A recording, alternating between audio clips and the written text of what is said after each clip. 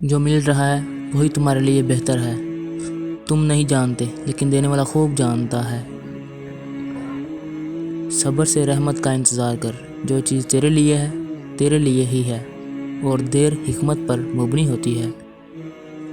مکانوں کے بنانے میں عمر ختم کر رہا ہے، بسیں گے دوسرے اور حساب دے گا تو۔ جو شخص اللہ کا نام فرمان ہو، اس سے کبھی خیر کی امید نہیں رکھنی چاہیے۔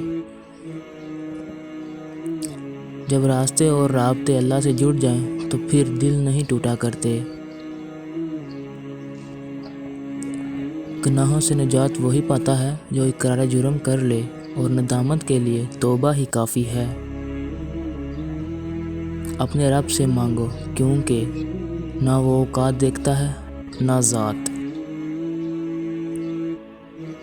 روتے رہ جاؤ گے جس دن سجدے کی طاقت نہیں ہوگی۔ ابھی بھی وقت ہے نوجوانوں، نماز قائم کرو۔